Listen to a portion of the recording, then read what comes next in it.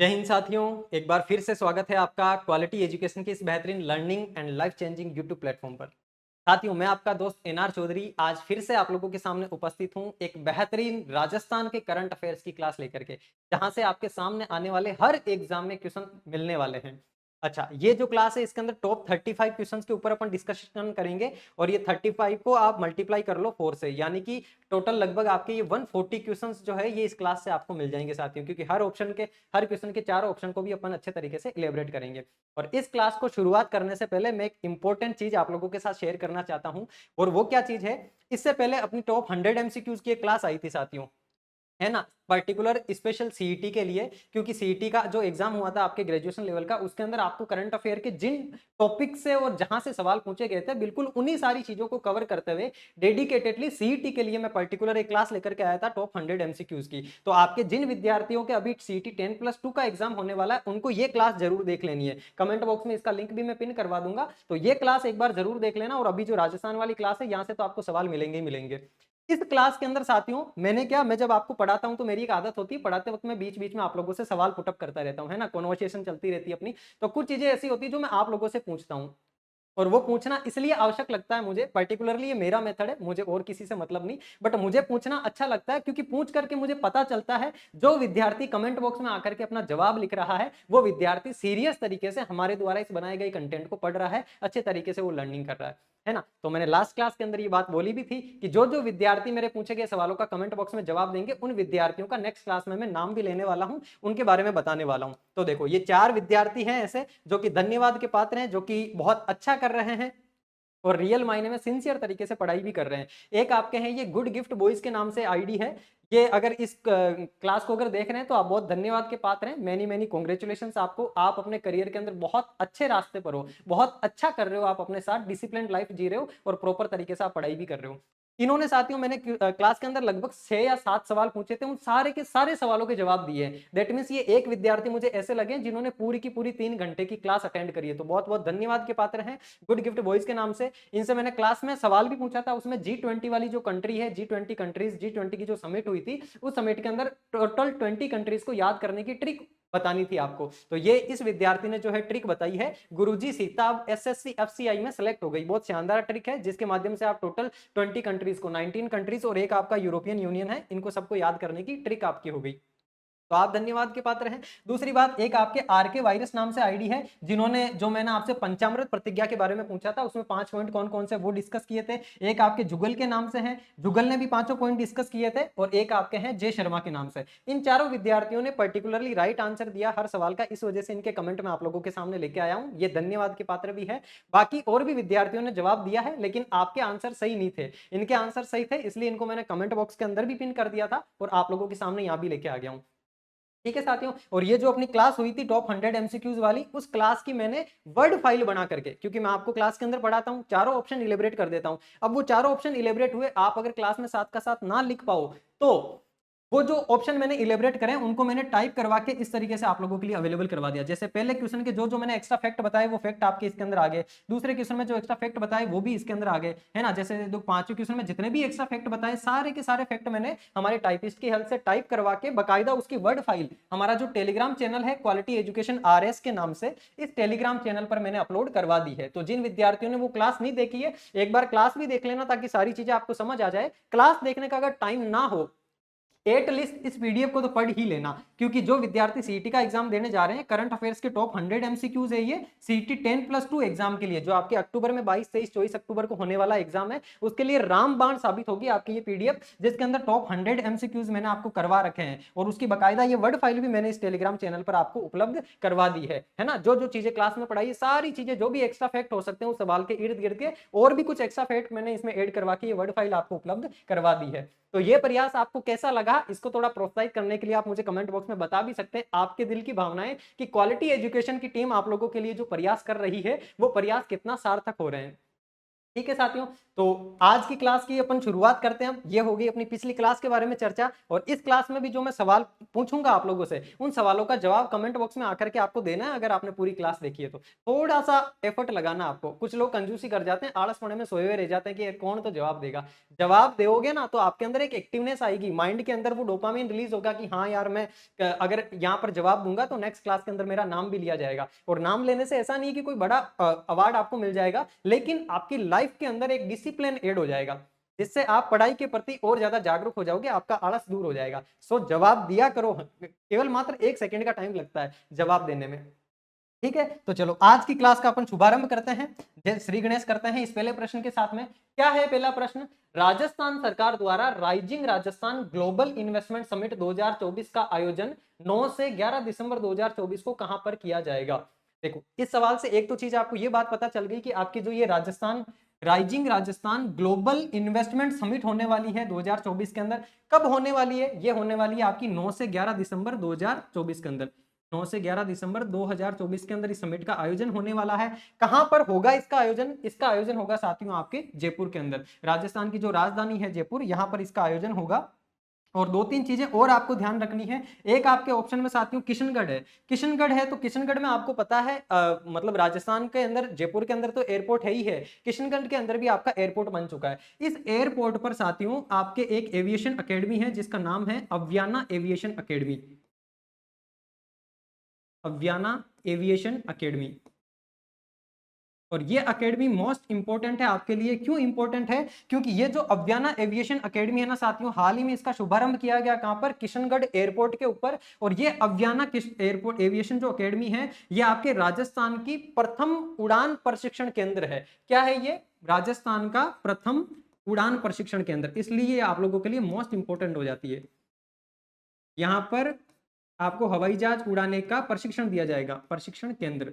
तो एकमात्र राजस्थान के अंदर जो है उड़ान प्रशिक्षण केंद्र कहां पर है? किशनगढ़ एयरपोर्ट पर अव्याना एविएशन अकेडमी के नाम से एक अकेडमी का शुभारंभ हुआ है। जो अकेडमी आपकी क्या है? राजस्थान का प्रथम उड़ान प्रशिक्षण केंद्र है। कहां पर है? किशनगढ़ के अंदर है। दूसरी बात साथियों, आपके उदयपुर आपको ऑप्शन के अंदर दिख रहा होगा। उदयपुर के अंदर साथियों एक जगह है आपके जिसका नाम है केवड़ा की नाल। क्या है? केवड़ा की नाल। ये केवड़ा की नाल हाल ही में चर्चाओं के अंदर रही है साथियों। क्यों रही है केवड़ा की नाल चर्चा के अंदर? क्योंकि केवड़ा की नाल के अंदर साथियों यहाँ पर एक बायोलॉजिकल पार्क उभर रहा है, उभरता हुआ एक बायोलॉजिकल पार्क है, एक जैविक उद्यान है आपका, जो ये केवड़ा की नाल है इस जगह पर। और यहाँ पर साथियों आपके केक्टस पार्क,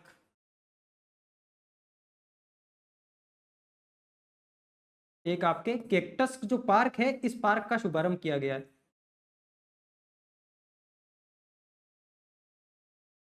कैक्टस पार्क का शुभारंभ कहाँ किया गया? आपसे देखो एग्जाम में सवाल कैसे पूछेगा, एग्जामिनर कहीं से भी सवाल पूछ सकता है। मैंने कोशिश करी है कि जितनी भी चीजें हो सकती है आपको इसी क्लास के अंदर याद करवा दूं। सारी चीजें क्लास में आपको याद तभी होने वाली है अगर आप पेन और कॉपी दोनों साथ में लेकर के बैठे हो। जो चीजें मैं बताता जा रहा हूँ हाथों हाथ नोट भी करते जाओ, कानों से सुनो, आंखों से देखो और हाथ से नोट करते जाओ, हाथ भी चलाते रहो साथ में। सारी इंद्रियों को जब एक ही जगह एकाग्रचित कर दोगे ना, आंखों से क्लास देख रहे हो, कानों से सुन रहे हो, हाथ में पेन को फील करते हुए हाथ से लिख रहे हो, सारी इंद्रियां जब एक ही टास्क पे आपकी काम करेगी, आपके फोकस का लेवल भी बढ़ावा रहेगा और जो भी चीज आप पढ़ोगे हाथों हाथ आपको याद भी होती रहेगी। तो जो केवड़ा की नाल है आपकी उदयपुर के अंदर, वहां पर केक्टस पार्क का जो है वो शुभारंभ किया गया। आपसे पूछा जाएगा केक्टस पार्क का शुभारंभ कहां किया गया? केक्टस पार्क का संबंध कहां से? उदयपुर से है। उदयपुर के अंदर केवड़ा की नाल। एक साथियों आपके अजमेर भी ऑप्शन में है। अजमेर के अंदर एक आपको ध्यान हो तो झील है फाइसागर नाम से। जो अजमेर के निवासी है उनको तो पता ही होगा, फाइसागर झील आपने देखी होगी। इस बार बारिश के अंदर इसकी जो चादर है वो भी छलक गई थी, इसकी वजह से बहुत सारे इलाकों के अंदर जो है वो नदी बहने की वजह से बाढ़ भी आ गई थी। तो ये जो फाइसागर झील है ना साथियों, इस फाइसागर झील को हाल ही के अंदर आपके ईआरसीपी के अंदर इन्वॉल्व कर लिया गया है। ईआरसीपी क्या है? ईस्टर्न राजस्थान केनाल प्रोजेक्ट है। जो आपके पूर्वी राजस्थान है, उस पूर्वी राजस्थान के राज्यों को पेयजल और सिंचाई का जल उपलब्ध करवाने के लिए एक प्रोजेक्ट है, एक योजना है, जिसको ईआरसीपी के नाम से जानते हैं। राजस्थान इकोनॉमी और राजस्थान ज्योग्राफी में पढ़ते भी होंगे आप, विजेंद्र सर पढ़ाते हैं आपको। तो इस ईआरसीपी केनाल प्रोजेक्ट के अंदर साथियों फाइसागर झील को भी इन्वॉल्व कर लिया है। और ये फाइसागर झील आपकी कहां पर है? अजमेर के अंदर है। इस सवाल के अंदर जो आपने 4 फैक्ट यहां से लिए हैं साथियों, इन चारों फैक्ट को कॉपी के अंदर छाप के रख लेना। चारों इंपॉर्टेंट है और चारों के चारों आपके हाल ही में चर्चा के अंदर भी रहे हैं, आपके एग्जाम में पूछे जाने की मोस्ट प्रोबेबिलिटी है। ठीक है, चलो बढ़ते हैं आगे अपन अपना क्वेश्चन नंबर सेकंड। कौन से राज्य स्तरीय वन महोत्सव का आयोजन 7 अगस्त 2024 को गाड़ोता मोजमाबाद दूदू में किया गया? देखो इस सवाल को पढ़ के आपको फील तो आ रहा होगा ना, इस सवाल में ही साथियों आपको 2-3 फैक्ट पता चल गए। मैंने सवाल भी आप लोगों के लिए इस तरीके के बनाए हैं जिससे आपको सवाल के अंदर ही 3-4 फैक्ट पता चल जाए। पहली बात तो राज्य स्तरीय जो वन महोत्सव हुआ है साथियों आपका कौन से नंबर का हुआ वो सवाल में पूछा है, लेकिन ये जो राज्य स्तरीय वन महोत्सव इसका आयोजन कब हुआ ये आपको पता चल गया 7 अगस्त 2024 को हुआ है ना। जैसे मैं आपके सामने यहां पर लिख दूं राज्य स्तरीय वन महोत्सव, ये आपका जो राज्य स्तरीय वन महोत्सव है, पहली बात तो यह है कि इस वन महोत्सव का आयोजन कब हुआ ये इंपॉर्टेंट है। आयोजन हुआ इसका 7 अगस्त 2024 को। क्या था 7 अगस्त 2024 को? 7 अगस्त 2024 आपके मोस्ट इंपॉर्टेंट है साथियों। इस दिन क्या था? इस दिन आपके हरियाली तीज थी। कौन सी तीज थी? हरियाली तीज थी। और इस दिन आपके राजस्थान का 75वें नंबर का जो वन महोत्सव है उसका शुभारंभ किया गया था, है ना। और कहां पर किया गया था, कहां होता है ये आपका राज्य स्तरीय वन महोत्सव, कौन से नंबर का?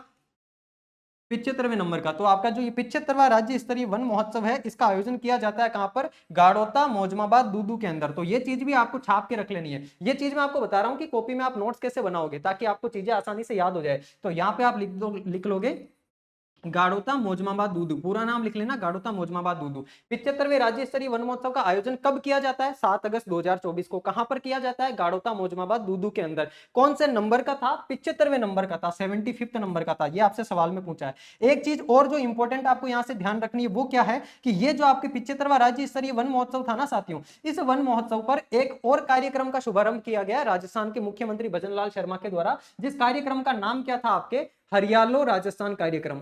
कौन सा कार्यक्रम था? हरियालो राजस्थान कार्यक्रम। और ये जो आपके हरियालो राजस्थान कार्यक्रम है ये भी चर्चा के अंदर रहा है बहुत ज्यादा साथियों।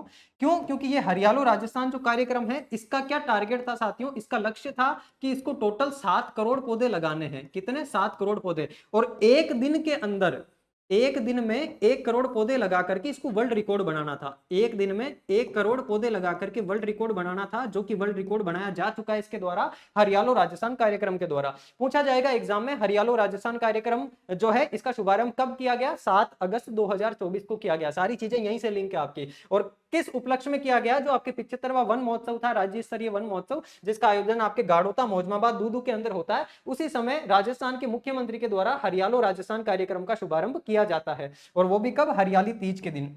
देखो मुख्यमंत्री वृक्षारोपण महाअभियान, ये जो वृक्षारोपण का महाअभियान है उसी महाअभियान का हिस्सा है साथियों आपके कौन सा? हरियालो राजस्थान कार्यक्रम, जिसमें सघन वृक्षारोपण कार्यक्रम हरियाली तीज के दिन शुरुआत की जाती है। और ये हरियालो राजस्थान जो कार्यक्रम है यहाँ पर साथियों एक पेड़ मां के नाम, इस नाम से भी इस चीज को जो है काफी प्रमोट किया गया। और एक चीज यहाँ से और आपको ध्यान रखनी है कि अपना जो बजट आया था साथियों, अभी वापस से संशोधित बजट आया था, उस संशोधित बजट के अंदर यह चीज बताई गई थी कि राजस्थान के अंदर हर जिले में एक एक मात्र वन बनाया जाएगा। ये घोषणा भी किसने करी है? आपके मुख्यमंत्री भजनलाल शर्मा जी ने करी है कि हर जिले के अंदर एक एक मात्र वन बनाया जाएगा, है ना। इंपॉर्टेंट चीज है आपके लिए। मैं कहां लिखूं? देखो लिखने के लिए जगह नहीं बची आपके यहाँ पे। मात्र वन जो है, मात्र वन का क्या कॉन्सेप्ट है कि हर जिले के अंदर, इस बजट में ये चीज की घोषणा होती है, हर जिले में एक एक मात्र वन, वहां के जो लोकल रहने वाले निवासी है उनकी सहायता से सरकार के अभियान चलेंगे और उस अभियान के तहत जो है मात्र वन का आयोजन किया जाएगा। मात्र वन यानी एक पेड़ मां के नाम, मां के नाम को लेकर के आपको एक एक पेड़ लगाना है। तो हर मेंबर एक एक पेड़ लगाएगा, इस तरीके से एक वन का निर्माण होगा। तो मात्र वन का जो शुभारंभ है वो भी काम किया गया था, इस बजट के अंदर ही घोषणा होती है। और इसका भी संबंध किससे है साथियों?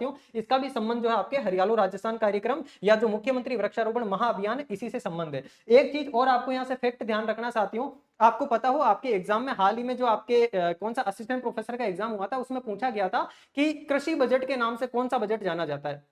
ये बजट का इसलिए बता रहा हूं क्योंकि मात्र वन जो बजट है, मात्र वन जो है ना, अभी 2023-24 वाले बजट के अंदर इसका कॉन्सेप्ट आया मात्र वन का। एक चीज आपको और यहां से ध्यान रखनी है कि कृषि बजट के नाम से कौन सा बजट जाना जाता है, यहां लिख देता हूं मैं आपके। कृषि बजट के नाम से कौन सा बजट जाना जाता है साथियों? कृषि बजट के नाम से आपके साल 2022 में जो बजट जारी किया गया था उस बजट को कृषि बजट के नाम से जाना जाता है। और 2023 में जो बजट आया था उसको नाम दिया गया था युवा बजट, क्योंकि वो बजट पूरा का पूरा युवाओं के लिए था। और 2024 में आने वाला जो बजट है उसको पर्टिकुलर कोई नाम नहीं दिया गया, क्योंकि गवर्नमेंट हाल ही में फिलहाल चर्चा मतलब क्रियान्वयन के अंदर आई है। और अब 2025 में जो बजट आने वाला है उस बजट को क्या कहेंगे? मोस्ट इंपोर्टेंट है, ध्यान रखना, आपको कॉपी में छाप के रख लेना। 2025 में जो बजट आपका जारी होने वाला दिख रहा है क्या आपको, मैं जो लिख रहा हूं?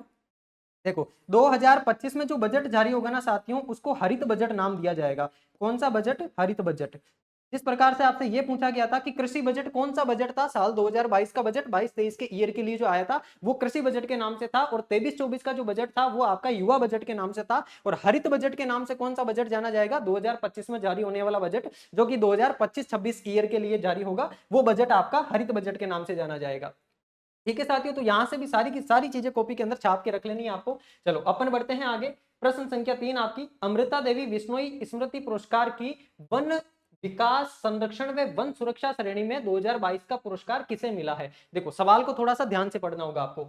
अमृता देवी बिश्नोई स्मृति पुरस्कार, पहली बात तो अमृता देवी का संबंध कहां से है? जोधपुर से है। खेजड़ी अभियान इन्होंने चलाया था। वहां के महाराजा जो है खेजड़ियों को काटने चल रहे थे, क्योंकि उनको महल के अंदर कुछ नव निर्माण करना था। ये जो है अमृता देवी बिश्नोई खेजड़ी के लिपट के बोला कि हमारे प्राण ले लो, भले खेजड़ी के साथ में हम काटने नहीं देंगे। तो खेजड़लो अभियान का संबंध है आपके कहां से? अमृता देवी बिश्नोई से, जोधपुर की है ये। तो ये जो अमृता देवी बिश्नोई है, इनकी स्मृति के अंदर मतलब इनकी याद के अंदर हरियाली से संबंधित पुरस्कार दिया जाता है, जिसका नाम है अमृता देवी बिश्नोई स्मृति पुरस्कार। और ये पुरस्कार साल 2022 के थे, है ना। ये 2022 के पुरस्कार हैं जो अभी दिए गए हाल ही के अंदर। और 2023 के पुरस्कारों के लिए नॉमिनेशन मांगा गया था। अगस्त 2024 के अंदर अगस्त महीने तक नॉमिनेशन लिए गए थे। वो पुरस्कार अब दिए जाएंगे, तो अपने लिए इंपॉर्टेंट है 2022 वाले। हालांकि पिछले 3 सालों के पुरस्कार दिए गए, लेकिन अपन को 2022 वाले पुरस्कार ध्यान रखने हैं किन किन को मिले। अच्छा, ये जो अमृता देवी स्मृति पुरस्कार है, इसके अंदर भी 3 तरह के पुरस्कार दिए जाते साथियों। 3 श्रेणी के अंदर पुरस्कार दिए जाते हैं। अपन से इसने पूछा है वन विकास संरक्षण व वन सुरक्षा श्रेणी, यानी कि वनों का विकास का संरक्षण और वन सुरक्षा श्रेणी, यानी कि वनों से संबंधित जो पुरस्कार है वो किसको दिया गया। तो पहले तो मैं आपको ये बता दूं कि ये पुरस्कार आपके दिया गया पवन कुमार जैन को। पवन कुमार जैन का संबंध कहां से? कोटा से इनका संबंध है।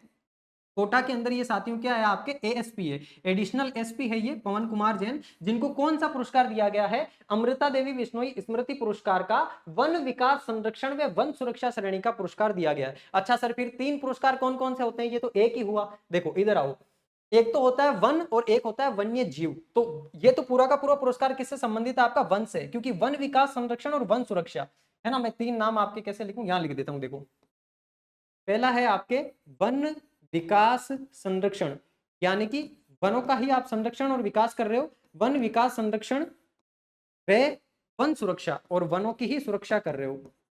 तो ये पूरा का पूरा जो है किससे संबंधित है? ये वाली श्रेणी वनों से संबंधित है। तो एक पुरस्कार तो दिया जाता है पर्टिकुलर वनों से संबंधित, एक पुरस्कार दिया जाता है साथियों आपका वन्य जीव संरक्षण, वन्य जीव संरक्षण व सुरक्षा, यानी कि वन्य जीवों का संरक्षण और सुरक्षा कर रहे हो ना, उससे संबंधित पुरस्कार दिया जाता है। और एक पुरस्कार होता है आपका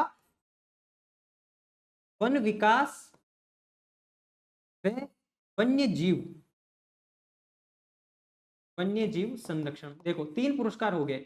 एक पुरस्कार तो है आपका जिसका पर्टिकुलर संबंध किससे है? केवल और केवल वनों से ही है, वन का ही विकास हो रहा है और वन की सुरक्षा हो रही है। वो पुरस्कार दिया गया आपके पवन कुमार जैन को। एक पुरस्कार दिया जाता है आपके वन्य जीव संरक्षण व सुरक्षा, यानी कि इसका संबंध पूरा का पूरा किससे? वन्य जीवों से, वन्य जीवों के संरक्षण से संबंधित है। ये पुरस्कार किसको दिया गया साथियों? मोहित शर्मा और दिव्या शर्मा, इन दोनों को यह पुरस्कार दिया गया है। ठीक है, पवन कुमार का संबंध आपके कोटा से है, और मोहित शर्मा और दिव्या शर्मा का संबंध आपके कहां से है? जयपुर से है। इन दोनों का संबंध साथियों आपके कहां से? जयपुर से है। और इनको पुरस्कार दिया गया है वन्य जीव संरक्षण व सुरक्षा पुरस्कार। अमृता देवी बिश्नोई पुरस्कार स्मृति पुरस्कार जो है 2022 का, उसके अंदर वन्य जीव संरक्षण व सुरक्षा श्रेणी का पुरस्कार किसको मिला है? मोहित शर्मा और दिव्या शर्मा को। और जो वन विकास व वन्य जीव संरक्षण वाला पुरस्कार है ना साथियों, ये 3 श्रेणियां हो गई, है ना। इसने श्रेणी पूछी है ना, पहली श्रेणी ये हो गई, दूसरी श्रेणी वन्य जीवों की, और तीसरी श्रेणी ऐसी है जिसमें वनों का विकास और वन्य जीव संरक्षण है, यानी वन और वन्य जीव दोनों से संबंधित है। तो जो दोनों से संबंधित पुरस्कार होता है उसके बारे में ध्यान रखना, ये पुरस्कार किसी ना किसी ऑर्गेनाइजेशन को या किसी ना किसी एनजीओ को दिया जाता है ना। तो ये जो आपकी सती समिति है ना साथियों, इस सती समिति का संबंध कहां से है? उदयपुर से संबंध है। उदयपुर की आपकी ये सती समिति है, ये एक एनजीओ है, एक ऑर्गेनाइजेशन है। इस ऑर्गेनाइजेशन को कौन सा पुरस्कार दिया गया है? अमृता देवी बिश्नोई स्मृति पुरस्कार। कौन सी श्रेणी में? वन विकास व वन्य जीव संरक्षण श्रेणी के अंदर।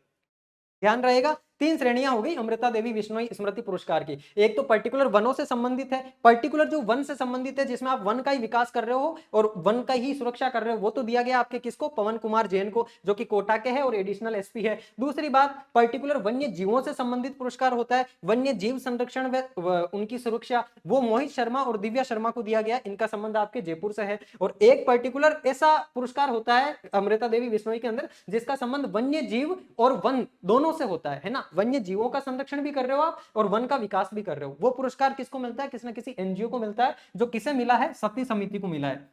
और सती समिति का संबंध कहां से, आपके उदयपुर से है। तो ये तीनों की तीनों चीजें आपको ध्यान रखनी है। अमृता देवी पुरस्कार से एक सवाल तो आपके 100% आएगा ही आएगा। इनफैक्ट जो बच्चे आरएस का एग्जाम देने वाले हैं ना, लिख के रख लेना, आरएस के एग्जाम में 100% यहां से सवाल पूछा जाएगा। चलो बढ़ते हैं आगे। आगे देखो साथियों, मां वाउचर योजना का शुभारंभ संपूर्ण प्रदेश में कब किया गया। देखो जहां कहीं पर भी प्रदेश आपसे पूछा जाए ना, प्रदेश का मतलब आप भारत में समझ लेना, प्रदेश का मतलब अपना राजस्थान है ना, जो राज्य है उसी राज्य को प्रदेश के नाम से जाना जाता है। तो मां वाउचर जो योजना है इसका शुभारंभ संपूर्ण प्रदेश में कब किया गया, आपसे ये पूछा है। संपूर्ण प्रदेश यानी पूरे राजस्थान में कब लागू कर दिया गया मां वाउचर योजना को, ये पूछा है। पहली बात तो ये जान लो कि मां वाउचर योजना का संबंध किससे साथियों। मां वाउचर जो योजना है, ये योजना आपकी चिकित्सा विभाग की योजना है। किसकी, चिकित्सा विभाग की। इसका विभाग कौन सा है मां वाउचर योजना का, विभाग है आपका इसका चिकित्सा एवं स्वास्थ्य विभाग। चिकित्सा एवं स्वास्थ्य विभाग की ये योजना है। इस योजना के तहत साथियों जो गर्भवती महिलाएं हैं, उन गर्भवती महिलाओं की जो सोनोग्राफी करवाई जाती है, वो सोनोग्राफी फ्री कर दी गई है। हालांकि सरकारी जितने भी हॉस्पिटल्स हैं उनके अंदर तो सोनोग्राफी फ्री होती ही होती है, लेकिन अब प्राइवेट हॉस्पिटल्स के अंदर भी मां वाउचर योजना के तहत आपके मतलब दूसरी तिमाही या फिर तीसरी तिमाही के अंदर, मतलब जो 9 महीने का गर्भकाल होता है उसमें या तो दूसरी तिमाही यानी कि 6 महीने के बाद या तीसरी तिमाही यानी कि 9 महीने के बाद कभी ना कभी एक बार आप किसी भी प्राइवेट हॉस्पिटल के अंदर या प्राइवेट कोई क्लिनिक होता है उसके अंदर भी फ्री में आप सोनोग्राफी करवा सकते हैं। तो गर्भवती महिलाओं की सोनोग्राफी से संबंधित है मां वाउचर योजना, जिसका शुभारंभ साथियों पूरे राजस्थान में हुआ था आपके 8 अगस्त 2024 को। आप कहोगे कि सर पूरे राजस्थान में 8 अगस्त 2024 को हुआ, मतलब पहले भी कुछ कुछ जिलों में हुआ था क्या, तो जरूर आंशिक रूप से आपके 3 जिले साथियों, एक आपका 12 सॉरी, एक आपका भरतपुर और एक फलोदी। इन तीनों जिलों का नाम ध्यान रखना आपको, 12, भरतपुर और फलोदी। इन 3 जिलों के अंदर जो है साथियों मां वाउचर योजना को एज ए पायलट प्रोजेक्ट चलाया गया था। कब, 8 मार्च 2024 को। यानी कि मां वाउचर योजना पुरानी नई नहीं है, ये पुरानी है। 8 मार्च 2024 को इसको शुरू किया गया था, इसका शुभारंभ किया गया था। और उस टाइम में 12 भरतपुर और फलोदी में एज ए पायलट प्रोजेक्ट इसको चलाया गया था। आप कहोगे सर ये पायलट प्रोजेक्ट क्या भला होती है। देखो पायलट प्रोजेक्ट का मतलब होता है किसी भी योजना को जब लागू करना होता है ना, तो पहले टेस्टिंग के तौर पे कुछ ही जिलों पे उस योजना को लागू किया जाता है। कोई सी भी योजना लागू करनी होती है या कुछ भी नया इनोवेशन करना होता है सरकार को, तो पहले कुछ जिलों पर या कुछ पर्टिकुलर सिलेक्टेड एरिया के अंदर उस चीज को लागू किया जाता है, फिर देखा जाता है कि वहां से कैसा रिजल्ट आ रहा है, कैसा आउटपुट आ रहा है, उसके बाद में उसको पूरे के पूरे राज्य या पूरे देश के अंदर लागू कर दिया जाता है। तो 3 जिलों के अंदर मां वाउचर योजना को 12 भरतपुर फलोदी में एज ए पायलट प्रोजेक्ट लागू किया गया था। कब, 8 मार्च 2024 को। और पूरे के पूरे राजस्थान में कब लागू कर दिया गया था, 8 अगस्त 2024 को पूरे राजस्थान में लागू कर दिया गया था। गर्भवती महिलाओं की सोनोग्राफी से संबंधित है ये। किससे, गर्भवती महिलाओं की फ्री सोनोग्राफी, उनकी सोनोग्राफी जो है वो फ्री करवाई जा सके, उस फ्री सोनोग्राफी से संबंधित ये योजना है आपकी। और फ्री भी साथियों पूरे के पूरे 9 महीने के गर्भकाल में एक ही बार फ्री करवा सकते हैं किसी भी प्राइवेट के अंदर। गवर्नमेंट हॉस्पिटल में तो कितनी भी बार करवा सकते हैं, जब जब आपकी प्रॉब्लम होती है आप जाके चेक करवा के करवा सकते हो, लेकिन किसी भी प्राइवेट क्लिनिक के या प्राइवेट हॉस्पिटल के अंदर भी एक बार जो है आप फ्री वहां पर करवा सकते हो ये सोनोग्राफी। चलो आगे बढ़ते हैं। राष्ट्रीय शिक्षक दिवस 5 सितंबर 2024 को राजस्थान के किस शिक्षक को राष्ट्रीय शिक्षक पुरस्कार से सम्मानित किया गया। साथियों आपको पता है ये राष्ट्रीय शिक्षक दिवस, नेशनल टीचर्स डे कब मनाया जाता है, 5 सितंबर को, है ना। तो उस दिन 5 सितंबर के दिन राजस्थान के 2 व्यक्तियों को साथियों पुरस्कार दिया गया था। राजस्थान के किस शिक्षक को राष्ट्रीय शिक्षक पुरस्कार से सम्मानित किया गया, आपसे यह पूछा है। जो आपका राष्ट्रीय शिक्षक पुरस्कार है, इस राष्ट्रीय शिक्षक पुरस्कार से कौन से राजस्थान के शिक्षक को जो है पुरस्कृत किया गया था, तो साथियों आपकी इसका राइट आंसर होगा कौन, हुकमचंद चौधरी। हुकमचंद चौधरी का संबंध कहां से है, ये साथियों बीकानेर के अंदर सीनियर सेकेंडरी के टीचर है। बीकानेर से इनका संबंध है हुकुमचंद चौधरी का। हुकुमचंद चौधरी और इनके साथ में एक और व्यक्ति, राजस्थान से दो व्यक्तियों को, एक तो हुकुमचंद चौधरी जो बीकानेर से है और दूसरे आपके गंगानगर से बिलोंग करते हैं। क्या नाम है उनका? देखो बिलोंग कहां से करते हैं, बिलोंग करते हैं गंगानगर से।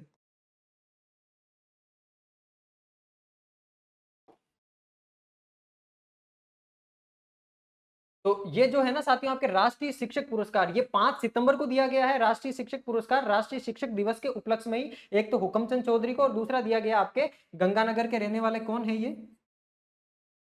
बलजिंदर सिंह नाम है साथियों इनका। क्या नाम है? बलजिंदर सिंह।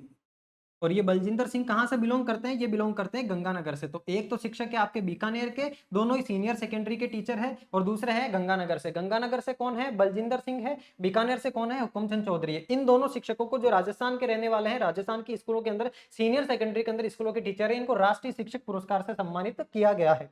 अच्छा, एक चीज आपको ध्यान रखनी साथियों, आपके जो वीके सिंह है ना, इन वीके सिंह को साथियों राष्ट्रपति पुलिस पदक से सम्मानित किया गया है। राष्ट्रपति पुलिस पदक, इस राष्ट्रपति पुलिस पदक से सम्मानित किया गया है। ये वीके सिंह आपके ऑलरेडी एडीजी की पोस्ट पर कार्यरत है। और वीके चौधरी को कौन सा पदक मिला है? राष्ट्रपति पुलिस पदक से हाल ही में इनको सम्मानित किया गया है। और हुकुमचंद चौधरी और बलजिंदर सिंह गंगानगर के, हुकुमचंद चौधरी बीकानेर के, दोनों को राष्ट्रीय शिक्षक पुरस्कार से सम्मानित किया गया है। चलो बढ़ते हैं आगे। आगे देखो, राजस्थान का पहला जन पोषण केंद्र किस जगह खोला गया है? राजस्थान के पहले जन पोषण केंद्र की बात करिए साथियों। कौन सा केंद्र? जन पोषण केंद्र। पहली बात तो ये राजस्थान का पहला है, राजस्थान का पहला कहां पर खोला गया है? ये खोला गया साथियों आपके जयपुर के अंदर। एक तहसील है जयपुर की जिसका नाम है क्या? शाहपुरा। इस शाहपुरा तहसील के अंदर एक जगह है जिसका नाम है क्या? आपके नाथावाला। ये जो नाथावाला जगह है, इस नाथावाला जगह पर राजस्थान का पहला जन पोषण केंद्र खोला गया है। ये नाथावाला कहां पर है? शाहपुरा जयपुर के अंदर है। यहां पर आपके राजस्थान का पहला जन पोषण केंद्र खोला गया है। मेड़ता सिटी के बारे में आपको एक चीज ध्यान रखनी है साथियों, मेड़ता सिटी के अंदर हाल ही में मीराबाई की, मीरा मेड़तनी नाम सुना आपने? मीराबाई कहां की थी? मेड़ता की थी। मीराबाई की 520वीं जो जयंती है, उस 520वीं जयंती का महोत्सव, 520वीं जयंती महोत्सव मनाया गया था। कहां पर? मेड़ता नागौर के अंदर। और किसकी जयंती थी ये? मीराबाई की जयंती थी। मीराबाई की जयंती थी साथियों आपके। ठीक है। अच्छा, अजमेर के बारे में एक चीज मैंने अभी पहले आपको बताई है अजमेर के बारे में, कि अजमेर के अंदर जो है आपके फाइसागर झील है, उसको ERCP, eastern Rajasthan canal project में इंक्लूड कर लिया गया है। एक बात और आपको अजमेर के बारे में ध्यान रखनी है, वो क्या है? अजमेर के अंदर हाल ही के अंदर साथियों मोहर सागर के नाम से एक कृत्रिम बांध जो है वो बनाया गया है। मोहर सागर कृत्रिम बांध, मोहर सागर कृत्रिम बांध। आपसे एग्जाम में सवाल क्या पूछेगा? मोहर सागर कृत्रिम बांध का संबंध कहां से है? अजमेर से है। हाल ही में ये चर्चाओं में रहा है क्योंकि इस कृत्रिम बांध का निर्माण किया गया आपका कहां पर? अजमेर के अंदर। कौन सा बांध है? मोहर सागर बांध। उसके अलावा अजमेर से और क्या चीज ध्यान रखनी है? अजमेर की जो फाइसागर झील है आपकी, उसको ईआरसीपी प्रोजेक्ट के अंदर इंक्लूड कर लिया है। और आपके जो जन पोषण केंद्र है ये कहां खोला गया है? जयपुर की तहसील है शाहपुरा, शाहपुरा तहसील के अंदर एक जगह है नाथावाला। इस नाथावाला जगह पर जो है कौन सा? राजस्थान का पहला जन पोषण केंद्र खोला गया है। ठीक है साथियों, चलो बढ़ते हैं आगे। देखो अगला प्रश्न, मुख्यमंत्री आयुष्मान जीवन रक्षा योजना के अंतर्गत गंभीर घायल व्यक्ति को न्यूनतम समय में अस्पताल पहुंचाने वाले व्यक्ति को राज्य सरकार कितनी प्रोत्साहन राशि प्रदान करेगी? देखो सबसे पहले तो योजना के बारे में ध्यान रखना, कौन सी योजना की बात कर रहा है? मुख्यमंत्री आयुष्मान जीवन रक्षा योजना। ये आपके राजस्थान के मुख्यमंत्री आपके जो भजनलाल शर्मा जी है, उन्हीं के द्वारा जारी की गई योजना है जिसका नाम है आपके मुख्यमंत्री आयुष्मान जीवन रक्षा योजना। और इस योजना के तहत साथियों मतलब सड़क दुर्घटनाओं को कम करने के लिए इस योजना का शुभारंभ किया गया है। और इसका टारगेट है कि साल 2030 तक लगभग जितनी भी सड़क दुर्घटनाएं वो 50% आधी हो जाएगी, मतलब 50% कम हो जाएगी सड़क दुर्घटनाएं। तो जो मुख्यमंत्री आयुष्मान जीवन रक्षा योजना है, इस योजना के तहत आपको कभी भी आप जा रहे हो, सड़क पे किसी का एक्सीडेंट हो गया, वो पड़ा हुआ दिख रहा है ना, उसको अगर आप हॉस्पिटल पहुंचा दोगे ना साथियों, तो राजस्थान सरकार आपको 10,000 रुपए की राशि देगी। कितनी? 10,000 रुपए की। यही तो पूछा इसने कि राज्य सरकार कितनी प्रोत्साहन राशि देगी। राज्य सरकार आपको 10,000 की प्रोत्साहन राशि देगी। और ये जो योजना है, इस योजना का विभाग कौन सा साथियों? इस योजना का विभाग भी आपका चिकित्सा एवं स्वास्थ्य विभाग है। चिकित्सा एवं स्वास्थ्य विभाग नोडल विभाग कौन सा इसका? चिकित्सा एवं स्वास्थ्य विभाग है। चिकित्सा और स्वास्थ्य विभाग से संबंधित योजना है कौन सी? मुख्यमंत्री आयुष्मान जीवन रक्षा योजना, यानी कि आपके जीवन की रक्षा करने वाली योजना है। कभी भी एक्सीडेंट हो गया, आजकल क्या होता है साथियों, बहुत सारे लोग एक्सीडेंट हो गया, किसी को पड़ा है, पड़ा रहेगा, मोबाइल से वीडियो बना के निकल लेंगे, बच के निकल जाएंगे। इस चीज से डर लगता है उनको कि कहीं हमारे ऊपर इल्जाम ना आ जाए कि एक्सीडेंट तूने किया है। तो अब क्या है, अब मुख्यमंत्री जी ने ये योजना निकाली है कि आपको रोड पर पड़ा हुआ चाहे कोई भी दिखे, अगर एक्सीडेंट आपने भी किया है तो भी उसको आप हॉस्पिटल पहुंचा दो, आपको राजस्थान सरकार 10,000 रुपए देगी। ठीक है, और इस योजना का विभाग है आपका चिकित्सा एवं स्वास्थ्य विभाग। एक चीज और ध्यान रखनी है आपको, एक डेट ध्यान रखनी है आपको, 21 अगस्त 2024। इस डेट को क्या हुआ था साथियों, 21 अगस्त 2024 को वित्त विभाग ने, कौन से विभाग ने? अपना राजस्थान का जो वित्त विभाग है, इस वित्त विभाग ने इस योजना को मंजूरी दे दी थी। ठीक है, तो इस योजना से संबंधित ये भी फैक्ट आपसे पूछा जा सकता है। 21 अगस्त 2024 की ये डेट भी आपके लिए इंपॉर्टेंट है। वित्त विभाग के द्वारा इस योजना को मंजूरी दी गई 21 अगस्त 2024 को, और राजस्थान के मुख्यमंत्री के द्वारा शुरू की गई ये योजना है। और कौन से विभाग की? चिकित्सा एवं स्वास्थ्य विभाग की। चलो बढ़ते हैं आगे। आगे देखो, अगला प्रश्न आपका, प्रथम Rajasthan ranking table tennis tournament 2024 में अंडर 19 बॉयज विजेता कौन रहा है? देखो, सबसे पहले तो आप सवाल को कभी भी पढ़ो ना, टुकड़ों में तोड़ लिया करो। प्रथम Rajasthan ranking table tennis tournament, कौन से टेनिस की बात कर रहा है? टेबल टेनिस टूर्नामेंट 2024 का जो टूर्नामेंट हुआ, इसकी बात कर रहा है। और ये भी टूर्नामेंट कौन सा आपका? प्रथम राजस्थान रैंकिंग। प्रथम राजस्थान रैंकिंग के नाम से जाना जाता है आपको इस टेबल टेनिस टूर्नामेंट को। इस टेबल टेनिस टूर्नामेंट के अंदर अंडर 19 बॉयज, अंडर 19 बॉयज की जो कैटेगरी होती है उसके अंदर विजेता कौन रहा है, आपसे ये पूछा है।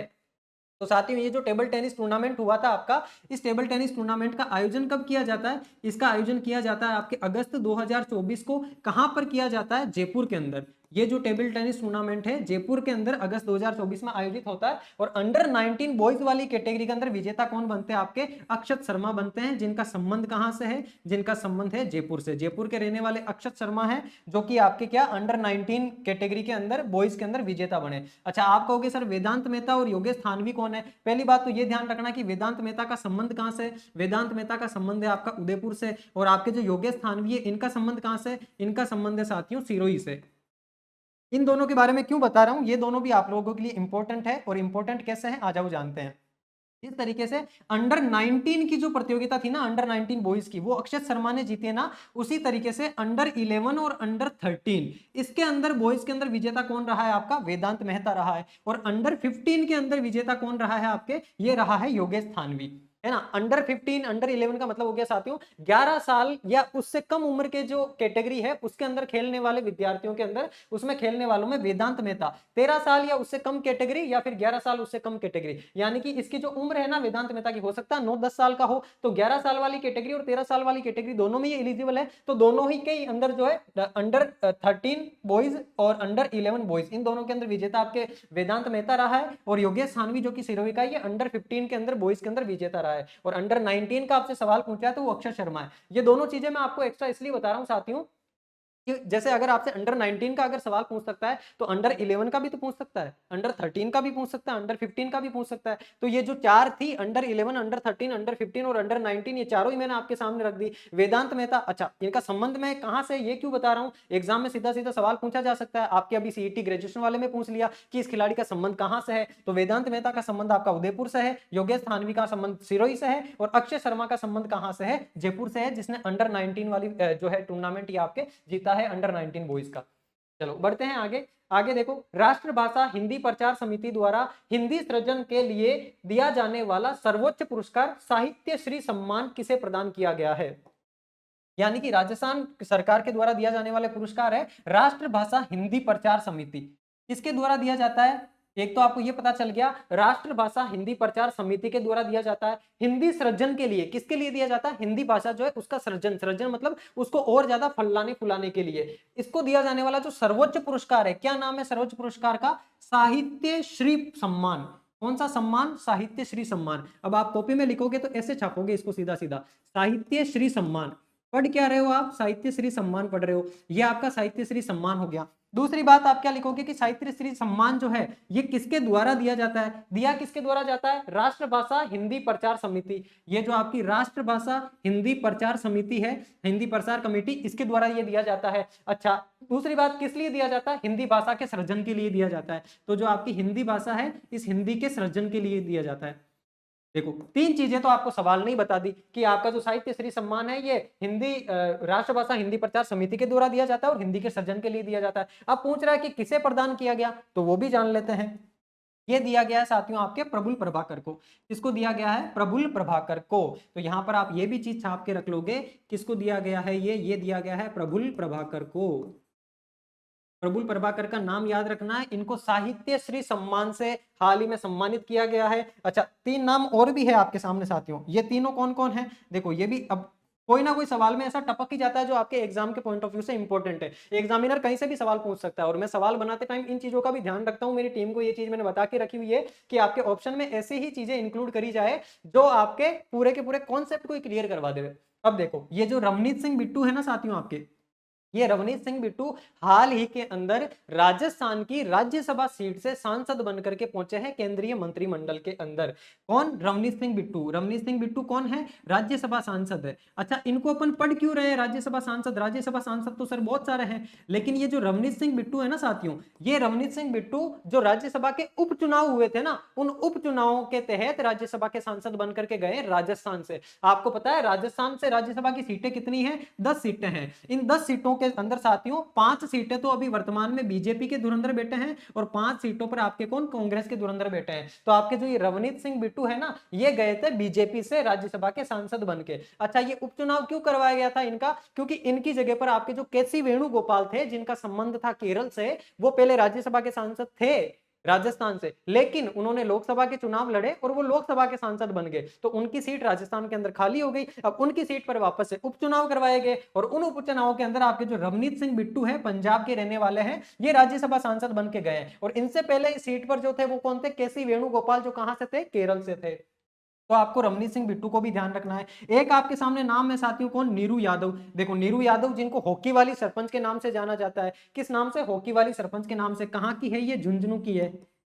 झुंझुनू के अंदर एक ग्राम पंचायत है साथियों, उस ग्राम पंचायत की सरपंच है और इनको हॉकी वाली सरपंच के नाम से जाना जाता है। महिला सशक्तिकरण के अंदर बहुत सारे काम इन्होंने करे हुए हैं। इस वजह से अभी जो 15 अगस्त हुआ था, आपका 15 अगस्त का दिन स्वतंत्रता दिवस मनाया गया था, उस टाइम में लाल किले पर भी इनको आमंत्रित किया गया था। अब आपको मुझे कमेंट बॉक्स में यह बताना है कि नीरू यादव की ग्राम पंचायत कौन सी है, क्योंकि सरपंच तो ग्राम पंचायत का ही होता है ना। जैसे विधायक आपके विधानसभा क्षेत्र का होता है, सांसद आपके संसदीय क्षेत्र का होता है ना, वैसे आपकी सरपंच कहां की होगी? ग्राम पंचायत की होगी। तो झुंझुनू जिले के अंदर कौन सी ग्राम पंचायत है जिसकी सरपंच आपके नीरू यादव है? वो ग्राम पंचायत आप मुझे कमेंट बॉक्स में कमेंट करके बताओगे, ये आपकी जिम्मेदारी है। अच्छा, अगला कौन है आपके? अगले है कैलाश चंद मीणा। देखो, मोस्ट इंपोर्टेंट है साथियों कैलाश चंद मीणा, इनको तो आपको ध्यान रखना ही रखना है। कैलाश चंद मीणा साथियों, इनको हाल ही में 8 अगस्त, डेट भी याद रखनी है आपको, 8 अगस्त 2024 को आपकी जो राजस्थान पब्लिक सर्विस कमीशन है ना साथियों, आरपीएससी, इस आरपीएससी का कार्यवाहक अध्यक्ष बनाया गया है। क्या बनाया गया है? कार्यवाहक अध्यक्ष कैलाश चंद मीणा को। ये कैलाश चंद मीणा पहले कौन थे? ये आरपीएससी के सदस्य थे। ठीक है, ये आरपीएससी के सदस्य थे और उस समय जब ये आरपीएससी के सदस्य थे, उस समय आरपीएससी का आपके अध्यक्ष कौन था? वो भी आप बताओगे मुझे कमेंट बॉक्स के अंदर। ठीक है, कि आरपीएससी के सदस्य वो थे जिनका आपके जुलाई 2024 के अंदर कार्यकाल पूरा हो जाता है। बहुत फेमस है, उनका नाम आपको नेट पे जाते ही मिल जाएगा। अभी मैं तो बता दूंगा, लेकिन आप लोग मेहनत कब करोगे? मुझे ये भी तो पता चलना चाहिए ना कि हाँ, मैं इतनी सारी चीजें आपको बता रहा हूं, तो थोड़ी सी मेहनत आप भी कर रहे हो। कमेंट बॉक्स में जाके कमेंट करके बताओ आरपीएससी का अध्यक्ष कौन था जिसकी जगह पर अभी कैलाश चंद मीणा जो है ये कार्यवाहक अध्यक्ष बनकर के बैठे हैं। कैलाश चंद मीणा आरपीएससी के सदस्य हुआ करते थे, लेकिन 8 अगस्त 2024 को इनको कार्यवाहक अध्यक्ष के तौर पर नियुक्त कर दिया है आरपीएससी का। ठीक है साथियों, चलो यहां से भी बहुत इंपॉर्टेंट सवाल आपके लिए बन सकते हैं। देखो, हर एक स्लाइड आप लोगों के लिए मोस्ट मोस्ट मोस्ट इंपॉर्टेंट है। हर एक स्लाइड में क्रीम क्रीम कंटेंट आपको मिल रहा है। चलो बढ़ते हैं आगे। आगे देखो, उत्तर भारत के पहले विप्रो हाइड्रोलिक प्लांट का उद्घाटन मुख्यमंत्री द्वारा कहां पर किया गया? इसका उद्घाटन किया गया है साथियों आपके जयपुर के अंदर। किसका? विप्रो हाइड्रोलिक प्लांट का। विप्रो हाइड्रोलिक प्लांट, पहली बात तो ये उत्तर भारत का पहला है। उत्तर भारत का पहला है तो ऑब्वियस सी बात है राजस्थान का भी पहला ही होगा, यानी कि दक्षिण भारत के अंदर तो ऑलरेडी कोई ना कोई विप्रो हाइड्रोलिक प्लांट है, लेकिन उत्तर भारत का ये पहला है और राजस्थान आपका उत्तर भारत के अंदर आता है, तो ये भी कह सकते हो कि राजस्थान का पहला है। कौन सा प्लांट है? विप्रो हाइड्रोलिक प्लांट है। इसका उद्घाटन कहां किया जाता है? आपके जयपुर के अंदर किया जाता है। अच्छा, एक चीज आपको और ध्यान रखनी है यहां से साथियों, वो क्या ध्यान रखनी है? आपका हाल ही में भरतपुर भी काफी चर्चाओं के अंदर रहा है साथियों। क्यों? क्योंकि भरतपुर के अंदर एक युद्ध स्थल है साथियों, जिसका क्या नाम है? भरतपुर के अंदर एक युद्ध स्थल है जिसका नाम है खानवा युद्ध स्थल। खानवा युद्ध स्थल। ये जो खानवा युद्ध स्थल है ना साथियों, पहली बात तो देखो खानवा का युद्ध आपको पता है, क्योंकि देख भरतपुर चर्चाओं के अंदर रहा है। क्यों रहा है? भरतपुर के अंदर एक स्थल है आपका खानवा युद्ध स्थल। इस खानवा युद्ध स्थल को साथियों राष्ट्रीय पर्यटक स्थल का दर्जा मिल चुका है। कौन सा दर्जा मिल चुका है? राष्ट्रीय पर्यटक स्थल। नेशनल टूरिज्म स्टेट जो है, नेशनल टूरिज्म प्लेस का इसको पर्यटक, ये आपका राष्ट्रीय पर्यटक स्थल बन चुका है। कौन? खानवा का जो आपके खानवा युद्ध स्थल है। खानवा युद्ध स्थल है कहां पर? भरतपुर के अंदर है। अच्छा, यहां से एक चीज और आपको ध्यान रखनी है कि खानवा का जो युद्ध हुआ था साथियों, अब क्योंकि देखो आपसे हिस्ट्री भी पूछेगा एग्जाम में, खानवा का युद्ध कब हुआ था? खानवा का युद्ध हुआ था आपका 1527 में। किस किस के बीच में हुआ था? आपके दो शासक थे, एक तो बाबर था, बाबर और राणा सांगा। राजस्थान के मेवाड़ के शासक थे आपके कौन? राणा सांगा। इन राणा सांगा और बाबर के मध्य क्या हुआ था? युद्ध हुआ था 1527 में। कहां पर? खानवा पर। तो वहां पर जो खानवा युद्ध स्थल बना हुआ साथियों, खानवा युद्ध स्थल स्मारक, यहाँ पे ये स्मारक है खानवा युद्ध स्थल स्मारक, और इस स्मारक को हाल ही में साथियों राष्ट्रीय पर्यटक स्थल का दर्जा मिल चुका है। और ये राष्ट्रीय पर्यटक स्थल का दर्जा मिलने की वजह से अब खानवा युद्ध स्थल स्मारक के ऊपर आपके जो राणा सांगा है, उनके बचपन से लेकर के उन्होंने जो आखिरी युद्ध लड़ा था उस तक की पूरी जर्नी को यहाँ पर दर्शाया जाएगा। तो आपके भरतपुर भी इंपॉर्टेंट है। इसका मैं चाहता तो अलग से सवाल भी बना देता, लेकिन उसकी वजह से क्वेश्चंस बहुत ज्यादा हो जाते हैं आपके, इसलिए मैं इसी सवाल के अंदर इसको इंक्लूड करके लाया हूं। खानवा युद्ध स्थल आपको ध्यान रखना, युद्ध स्थल स्मारक कहां है? भरतपुर के अंदर। 1527 में बाबर और राणा सांगा के बीच में खानवा का युद्ध होता है। इतिहास का सवाल पूछेगा तो यहीं से पूछेगा आपसे, और इसको हाल ही में राष्ट्रीय पर्यटक स्थल का दर्जा भी मिल चुका है। चलो बढ़ते हैं आगे। हाल ही में राजस्थान के किस स्थान पर क्रोमियम व निकल खनिज के ब्लॉक मिले हैं? फाई सामोता, देवल या फिर मांडल? देखो साथियों, यहां से अपन एक एक करके चलते हैं। फाई सागर तो अजमेर के अंदर है। कहां पर है? अजमेर के अंदर, ये ध्यान ही है आपको। और फाई सागर को हाल ही के अंदर ERCP eastern Rajasthan canal project के अंदर इंक्लूड कर लिया। एक आपके सामोता, सामोता कहां पर है? सामोता है आपका डूंगरपुर के अंदर। कहां पर है? डूंगरपुर के अंदर। और सामोता के अंदर साथियों हाल ही में आपके फ्लोराइड के ब्लॉक मिले हैं। कौन से? फ्लोराइड के ब्लॉक, यानी कि फ्लोराइड की खोज हुई है कहां पर? सामोता डूंगरपुर के अंदर। जैसे इसने पूछा है ना आपसे किस किस की खोज, निकल और क्रोमियम। एक तो आपका निकल है जिसको Ni बोलते हो आप, और दूसरा आपका क्रोमियम है, निकल खनिज, क्रोमियम व निकल। तो ये रहा आपका निकल, और दूसरा है आपका कौन? ये है आपका क्रोमियम, Cr। निकल और क्रोमियम, इन दोनों खनिजों की, इनके खनिजों के ब्लॉक कहां मिले हैं? तो इनके ब्लॉक मिले साथियों देवल के अंदर। देवल कहां पर है आपका? देवल भी है आपका डूंगरपुर के अंदर। ठीक है, तो डूंगरपुर में दो जगह हैं, एक तो आपकी सामोता है डूंगरपुर के अंदर जहां पर तो फ्लोराइड के ब्लॉक मिले हैं। ठीक है, एक डूंगरपुर के अंदर आपके देवल जगह है। देवल के अलावा दो तीन जगह और भी है ना आसपास। देवल और देवल की जगह का आसपास का तीन चार जगह और भी है। उस सारे के सारे एरिया के अंदर आपके निकल और क्रोमियम के खनिज मिले हैं। एक और आपके सामने है साथियों कौन? मांडल। मांडल कहां पर है साथियों? मांडल आपका है भीलवाड़ा के अंदर। और ये क्यों चर्चाओं के अंदर रहा है हाल ही में? मांडल भीलवाड़ा के अंदर चर्चा के अंदर इसलिए रहा है साथियों, क्योंकि आपके जो जल जीवन मिशन था, उस जल जीवन मिशन के तहत, भारत सरकार का जल जीवन मिशन है, उस जल जीवन मिशन का उद्देश्य था हर घर जल पहुंचाना है, हर घर पेयजल पहुंचाना है। तो हर घर पेयजल पहुंचाने के उस लक्ष्य को भीलवाड़ा ने 100% हासिल कर लिया है। 100% घरों के अंदर नल कनेक्शन दे दिया है किसने? भीलवाड़ा के मांडल ब्लॉक ने। तो 100% घरों के अंदर, आपसे देखो यहां से भी सवाल पुटअप हो सकता है, 100% नल कनेक्शन उपलब्ध करवाने वाला राजस्थान का कौन सा ब्लॉक है? मांडल है। मांडल कहां पर है? भीलवाड़ा के अंदर है। चलो बढ़ते हैं आगे।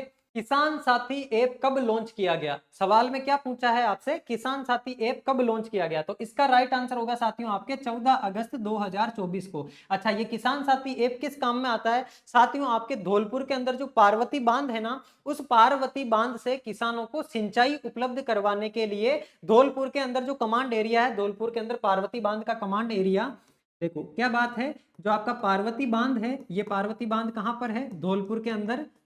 और इसके अंदर धौलपुर के अंदर जो कमांड एरिया है ना पार्वती बांध का, जहां पर सिंचाई का जल जाता है, उस कमांड एरिया के किसानों को सिंचाई का जल कब मिलेगा और कितना मिलेगा, इसकी जानकारी देने के लिए किसान साथी ऐप जो है, ये आपके केंद्रीय जल संसाधन जो मंत्री है सुरेश सिंह रावत, कौन जल संसाधन मंत्री कौन है आपके, सुरेश सिंह रावत, उनके द्वारा ये ऐप लॉन्च किया गया है। कौन, किसकी बात कर रहा हूं साथियों में, आपके जल संसाधन मंत्री। आपको यह भी ध्यान रखना है जल संसाधन मंत्री कौन है वर्तमान में राजस्थान के, सुरेश सिंह रावत। और सुरेश सिंह रावत कहां से, आपकी जो पुष्कर विधानसभा क्षेत्र है, इस पुष्कर विधानसभा क्षेत्र से बिलोंग करते हैं सुरेश सिंह रावत। पुष्कर विधानसभा क्षेत्र से विधायक बनकर के राजस्थान की विधानसभा के अंदर पहुंचे हैं और वर्तमान में जल संसाधन मंत्री है। और इन्हीं सुरेश सिंह रावत के द्वारा साथियों 14 अगस्त 2024 को किसान साथी ऐप लॉन्च किया जाता है। इस ऐप के तहत जो धौलपुर का कमांड एरिया है पार्वती बांध का, उस कमांड एरिया में जो किसान है उनको सिंचाई का जल कितना मिलेगा और कब मिलेगा, इसकी जानकारी देने के लिए ऐप लॉन्च किया है। एक तरीके से कह लो पायलट प्रोजेक्ट के तौर पे हाल फिलहाल में धौलपुर के कमांड एरिया के अंदर इसको लागू करा है, बाद में बाकी किसानों के लिए भी लागू कर देंगे। अच्छा, एक चीज यहां से और ध्यान रखनी है, 8 अगस्त की डेट ध्यान है क्या आपको, अभी मैंने हाल ही में पीछे बताया था आपको, मां वाउचर योजना, मां वाउचर योजना की 2 डेट थी, एक तो आपकी 8 मार्च 2024 थी, एक 8 अगस्त 2024 थी। तो 8 अगस्त 2024 को पूरे राजस्थान में लागू हो गई थी आपकी मां वाउचर योजना, और 8 मार्च 2024 को 3 जिलों के अंदर एज ए पायलट प्रोजेक्ट के तौर पे लागू हुई थी। चलो आगे देखो, 525 किलोमीटर लंबे कृष्ण गमन पथ को कौन सी राज्य सरकारें मिलकर बनाएंगी। पहली बात तो ये देखो कि है क्या कृष्ण गमन पथ, 525 किलोमीटर लंबा कृष्ण गमन पथ, कौन सा पथ है साथियों, कृष्ण गमन पथ। भगवान कृष्ण को जानते हो आप, भगवान कृष्ण जिनका कि मथुरा से संबंध था, है ना, तो भगवान कृष्ण के लिए साथियों कृष्ण गमन पथ बनाया जा रहा है।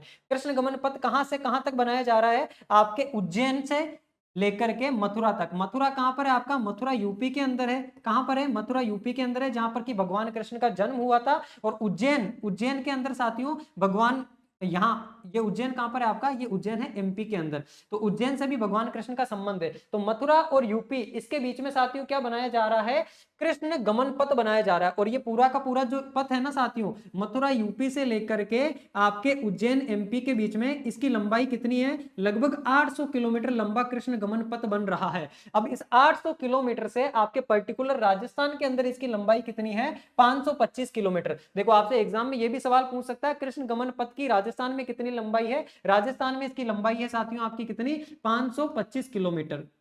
और ये जो 525 किलोमीटर लंबाई है ना राजस्थान के अंदर, आपसे ये पूछ रहा है कि ये जो बनाया जा रहा है 525 किलोमीटर लंबा कृष्ण गमन पथ, इसमें कौन कौन सी राज्य सरकारें मिलकर के बनाएगी। तो देखो एक तो आपके राजस्थान है और दूसरा कौन है, मध्य प्रदेश है, क्योंकि इधर मध्य प्रदेश की गवर्नमेंट है जहां से उज्जैन से ये बनना शुरू हो रहा है। और राजस्थान के कितने जिले इसके अंदर आ रहे हैं साथियों, ये भी ध्यान रखना है, मोस्ट इंपॉर्टेंट है। राजस्थान के कुल इसके अंदर कितने साथियों, 6 जिले इसके अंदर इन्वॉल्व हो रहे हैं। क्यों, ये देखो मुख्यमंत्री ने जो है साथियों हाल ही में अनाउंसमेंट करा इसका कि 525 किलोमीटर लंबा जो कृष्ण गमन पथ है, इसको जो है राजस्थान सरकार भी क्या करेगी, बनाएगी, राजस्थान सरकार भी इसके अंदर इन्वॉल्व होगी। उसकी वजह से राजस्थान के पर्यटन को बढ़ावा मिलेगा। इस पथ के अंदर साथियों, क्योंकि भगवान कृष्ण की जो जन्म स्थली है आपकी यूपी, यूपी के अंदर कहां पर, मथुरा के अंदर, वहां से लेकर के उज्जैन, उज्जैन उनकी कर्म स्थली थी और जन्म स्थली थी यूपी के अंदर मथुरा। ठीक है, तो इनके बीच में ये 800 किलोमीटर लंबा जो कृष्ण गमन पथ बन रहा है, ये पर्यटन के तौर पर बहुत ज्यादा फेमस होने वाला है और यहाँ से राजस्थान को पर्यटन के तौर पर भी बहुत सारा पैसा मिलने वाला है। तो राजस्थान के 6 जिले कौन कौन से साथियों, यहाँ पर देखो राजस्थान के अंदर एक तो जिला है आपका झालावाड़, ठीक है, एक है आपका कोटा, एक है आपका बूंदी, कोटा बूंदी झालावाड़ हो गया, बस 12 बच गया इसके अंदर। एक आपका जिला है साथियों इसमें कौन सा, भरतपुर, एक है करौली, और एक और जिला है आपका इसके अंदर कौन सा, डीग, है ना। ये जो भरतपुर है आपका, यहाँ पर इस भरतपुर के पास में, यहाँ पर भरतपुर के उत्तर में जिला है डीग, वो भी इन्वॉल्व हो रहा है, कोटा भी इन्वॉल्व हो रहा है, झालावाड़ भी इन्वॉल्व हो रहा है, यहाँ से बूंदी भी इन्वॉल्व हो रहा है और यहाँ पर करौली भी इन्वॉल्व हो रहा है। ठीक है साथियों, तो टोटल 6 जिले राजस्थान से कृष्ण गमन पथ जो है इसके अंदर इन्वॉल्व होंगे, जिस वजह से इन 6 जिलों को पर्यटन के तौर पर फायदा मिलने वाला है आने वाले टाइम के अंदर। चलो बढ़ते हैं आगे। ई औषधि सॉफ्टवेयर के माध्यम से निशुल्क दवा योजना का बेहतर संचालन करने के लिए राजस्थान की किस संस्था को प्रौद्योगिकी सभा उत्कृष्टता पुरस्कार 2024 से सम्मानित किया गया है।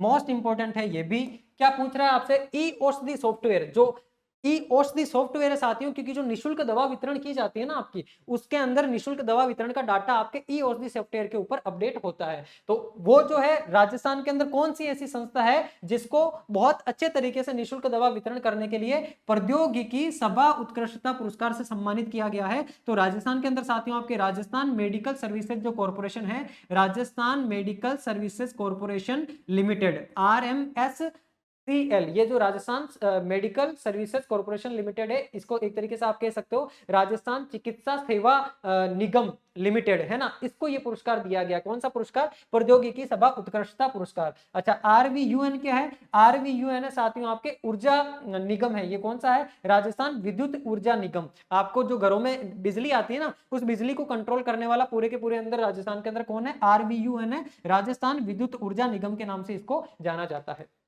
चलो आगे देखो, हरिभाऊ किशनराव वागड़े ने कौन से क्रम के राज्यपाल के रूप में पद ग्रहण किए? देखो कितना इंपॉर्टेंट सवाल है रे। हरिभाऊ किशनराव वागड़े हाल ही में आपके राजस्थान के क्या बने हैं? राज्यपाल बने हैं। और कौन से क्रम के राज्यपाल बने हैं आपसे ये पूछा है, तो हर बच्चा जानता है 45वें नंबर के राज्यपाल बने हैं कौन? हरिभाऊ किशनराव वागड़े। कौन बने हैं? हरिभाऊ किशनराव वागड़े। अच्छा, इन हरिभाऊ किशनराव वागड़े के बारे में आपसे दो तीन बातें पूछी जा सकती है। क्या बातें पूछी जा सकती है? इनका संबंध कहां से है साथियों? इनका संबंध है महाराष्ट्र से। महाराष्ट्र के अंदर जो महाराष्ट्र की विधानसभा थी ना साथियों, उस महाराष्ट्र की विधानसभा के अध्यक्ष ये रह चुके हैं। महाराष्ट्र विधानसभा अध्यक्ष पद पर आसीन हो चुके हैं पहले ही। कौन? हरिभाऊ किशनराव वागड़े। किसकी जगह ली इन्होंने? 44वें नंबर के राज्यपाल आपके थे कलराज मिश्र। उन कलराज मिश्र की जगह पर वर्तमान में कौन आ गए हैं? हरिभाऊ किशनराव वागड़े, जो कि 45वें नंबर के राज्यपाल है। और एक चीज आपको मैंने लास्ट क्लास में भी बताई थी कि राजस्थान का किसी भी राज्य का जो राज्यपाल होता है, उस राज्यपाल को शपथ जो दिलाई जाती है ना साथियों, उस शपथ का उल्लेख कौन से अनुच्छेद के अंदर है? अनुच्छेद 159 के अंदर शपथ का उल्लेख है। और उनको शपथ दिलवाता कौन है? उस राज्य के हाई कोर्ट का जो चीफ जस्टिस होता है, हाई कोर्ट का जो मुख्य न्यायाधीश होता है, वो हाई कोर्ट का मुख्य न्यायाधीश क्या करता है साथियों? शपथ दिलवाता है किसको? किसी भी राज्य के राज्यपाल को। और आपके वर्तमान में हाई कोर्ट के चीफ जस्टिस कौन है? ये है आपके MM श्रीवास्तव, मानिंद्र मोहन श्रीवास्तव। कौन है? मानिंद्र मोहन श्रीवास्तव। ये भी नाम ध्यान रखना है।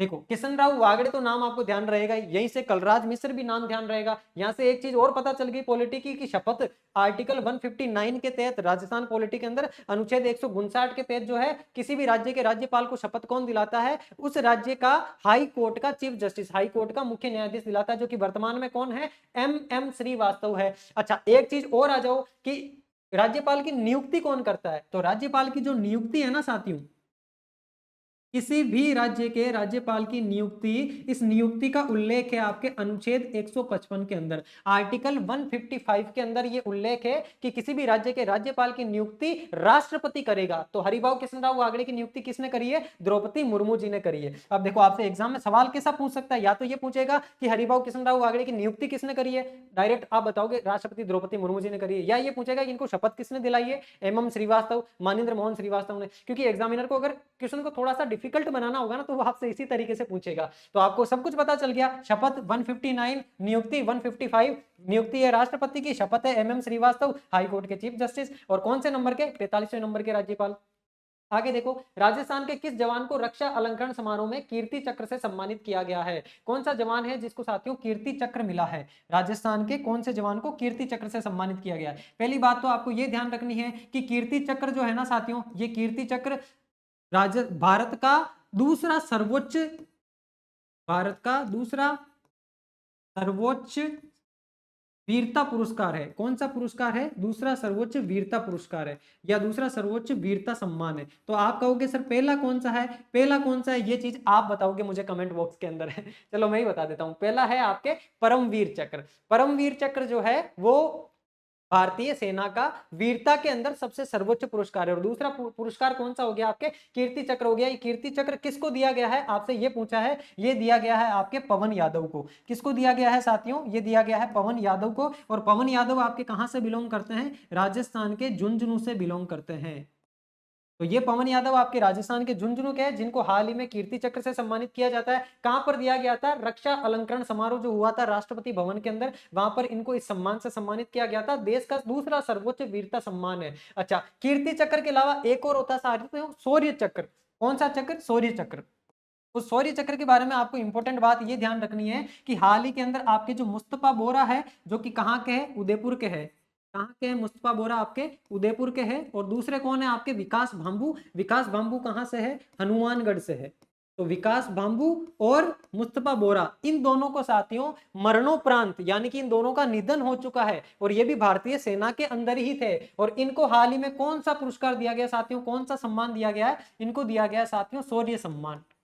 शौर्य चक्र जो है, उस शौर्य चक्र से सम्मानित किया गया किस किस को? मुस्तफा बोरा और विकास भांबू। इनके बारे में क्यों बता रहा हूं? इनके बारे में इसलिए बता रहा हूं साथियों, क्योंकि ये राजस्थान से बिलोंग करते हैं। ये राजस्थान के उदयपुर से है मुस्तफा बोरा, और विकास भांबू राजस्थान के हनुमानगढ़ से है। और इनको मरणोपरांत साल 2024 के अंदर रक्षा अलंकरण समारोह के अंदर शौर्य चक्र से, शौर्य सम्मान से सम्मानित इनको किया गया है। तो ये दोनों नाम भी आपको ध्यान रखना है। टोटल जो है 36 जो है वीरता पुरस्कार दिए गए साथियों। कितने? 36 पुरस्कार दिए गए थे, जिसके अंदर आपको आपको ये ध्यान रखना है कि 10 तो दिए गए थे मरणोपरांत, और 26 दिए गए थे जो वर्तमान में जीवित है उन लोगों को। तो 10 मरणोपरांत दिए गए, उनमें से मुस्तफा बोरा और विकास भांबू का भी नाम है, जो कि उदयपुर और हनुमानगढ़ से बिलोंग करते हैं। चलो आगे देखो, संपूर्णता अभियान में राजस्थान का कौन सा जिला शामिल नहीं है? क्या बताऊं साथियों आपको, मतलब इतना कुछ है ना आप लोगों के लिए, इतनी सारी चीजें है ना। ये जो संपूर्णता अभियान है, सबसे पहले तो आपको ये ध्यान रखना है, संपूर्णता जो अभियान है, ये अभियान आपका नीति आयोग के द्वारा शुरू किया गया अभियान है। किसके द्वारा? नीति आयोग के द्वारा। भारत का जो नीति आयोग है, जिसे थिंक टैंक के नाम से भी जाना जाता है, जिसका पदेन सभापति किसी भी देश का प्रधानमंत्री होता है। सीटी ग्रेजुएशन वाले में आपसे एग्जाम में सवाल भी पूछा था कि नीति आयोग का अब तक कितने अध्यक्ष रह चुके हैं। आपको पता होता अगर कि नीति आयोग का प्रधान अध्यक्ष प्रधानमंत्री होता है, तो आप बता देते एक ही रह चुका है। कौन रह चुके हैं? प्रधानमंत्री नरेंद्र मोदी। तो नीति आयोग ने संपूर्णता अभियान की जो शुरुआत करी थी, ये पूछ रहा है राजस्थान का कौन सा जिला इसमें शामिल नहीं है। पहले तो ये जान लो कि संपूर्णता अभियान है क्या। चलो ये चीज आप मुझे बताओ कमेंट बॉक्स में क्या है, मैं आपको बताऊं कौन सा जिला नहीं है। तो इस संपूर्णता अभियान के अंदर साथियों राजस्थान के 5 तो आकांक्षी जिले और 27 आकांक्षी ब्लॉक शामिल है। कितने? 5 जिले, टोटल 5 जिले प्लस 27 ब्लॉक। चलो मैं बता ही देता हूं आपको क्या है संपूर्णता अभियान। संपूर्णता अभियान के तहत साथियों टोटल लगभग 112 तो जिले और 500 प्लस ब्लॉक आपके चयनित किए गए हैं। उन ब्लॉकों के अंदर साथियों टोटल 6 आपके वो रखे गए हैं, इंडेक्स रखे गए। जैसे कि एक इंडेक्स हो गया स्वास्थ्य का, एक हो गया आपके पोषण का, एक हो गया शिक्षा का। इस तरीके से 6 टोटल इंडेक्स डिसाइड किए गए, और उन इंडेक्स के आधार पर जो आकांक्षी जिले हैं टोटल 112, और आकांक्षी ब्लॉक के कितने? 506 के करीब है, 500 प्लस है। उन आकांक्षी ब्लॉकों और जिलों के अंदर साथियों क्या किया जाएगा? उनका डेवलपमेंट किया जाएगा। शिक्षा के आधार पर, स्वास्थ्य के आधार पर, पोषण के आधार पर उनका डेवलपमेंट किया जाएगा। उसके लिए संपूर्णता अभियान चलाया गया था नीति आयोग के द्वारा।